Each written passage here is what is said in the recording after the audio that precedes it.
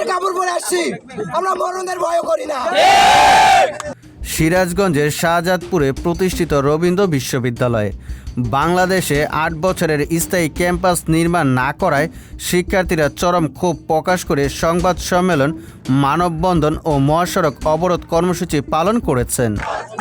৩০শে জানুয়ারি বৃহস্পতিবার বেলা ১১টা থেকে ১টা পর্যন্ত বগুড়া নগরবাড়ি মহাসড়ক সংলগ্ন একাডেমিক ভবন ৩-এর সামনে এসব কর্মসূচি পালন করে শিক্ষার্থীরা।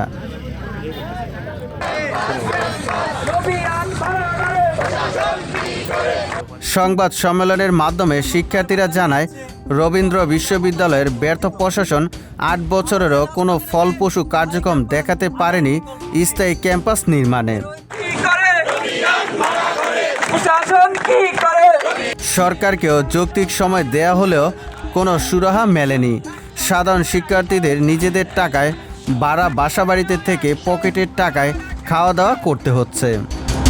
৮ বছর পরে গতকাল ২৯শে জানুয়ারি বুধবার শিক্ষা মন্ত্রণালয় থেকে ডিপিপি অনুমোদন করে অর্থ মন্ত্রণালয়ে পাঠানো হয়েছে।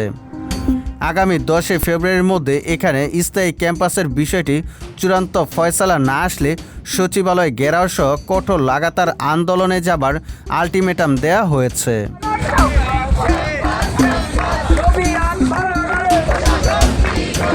রবীন্দ্র বিশ্ববিদ্যালয়ের সমাজবিজ্ঞান বিভাগের ৪র্থ বর্ষের শিক্ষার্থী মোহাম্মদ তাইবুর রহমান বলেন, অনেক আশা নিয়ে রবীন্দ্র বিশ্ববিদ্যালয়ে ভর্তি হলেও বাস্তবে কিছুই পাচ্ছি না।